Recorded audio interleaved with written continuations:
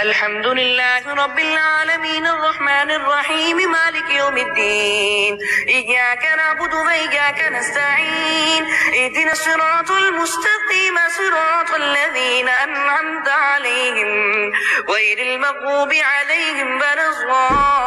الضالين قال يا موسى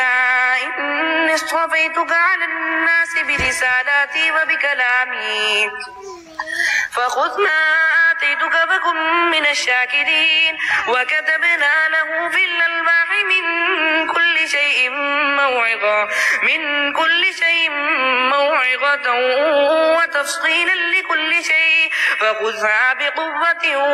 وأمر قومك يأخذوا بأحسنها سأريكم دار الفاسقين سأصرف عن آياتي الذين يتكبرون في الأرض بغير الحق وإن يروا كل آية لا يؤمنوا بها وإن يروا سبيل الرشد لا يتخذوه سبيلا وإن يروا سبيل الغي يتخذوه سبيلا ذلك بأنهم كذبوا بآياتنا فكانوا عنها غافلين والذين كذبوا بآياتنا ولقاء الآخرة حبطت أعمالهم هل يجزون إلا ما كانوا يعملون واتخذ قوم موسى من بعده من حليهم عجلا جسدا له خوار ألم يروا أنه لا يكلمهم ولا يهديهم سبيلا اتخذوه وكانوا ظالمين ولما سقط في أيديهم بغوا أنهم قد ضلوا قالوا لئن لم يرحمنا ربنا ويغفر لنا لنكونن من الخاسرين ولما رجع موسى إلى قومه غضبان آسفا قال بئس ما خلفتموني من بعدي أعجلتم أمر ربكم وألقى الألواح فأخذ برأس أخيه يجره إليه قال ابن أم إن القوم استضعفوني وكادوا يقتلونني فلا تشمت بي الأعداء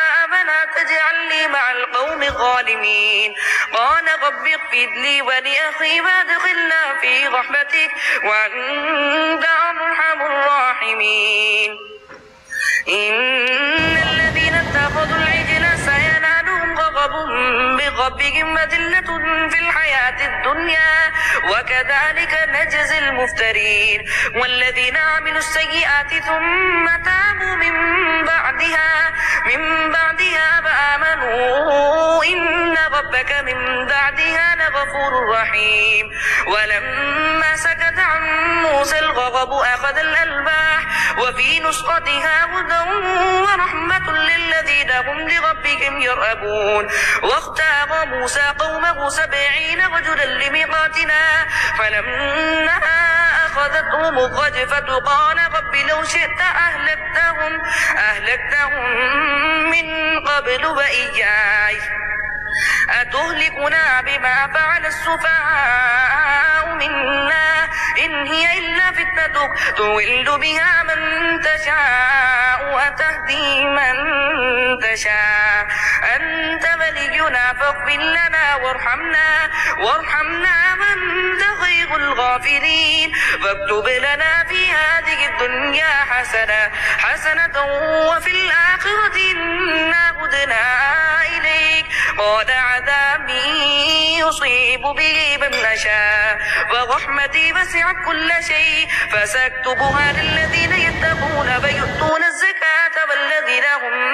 بآياتنا يؤمنون الذين يتبعون الرسول النبي الأمي الذي يجدونه مكتوبا عندهم في التوراة والإنجيل يأمرهم بالمعروف وينهاهم عن المنكر ويحل لهم الطيبات ويحرم عليهم الخبائث ويضع عنهم إصرهم والأغلال التي كانت عليهم فالذين آمنوا به ونصروه واتبعوا النور الذي المفلحون.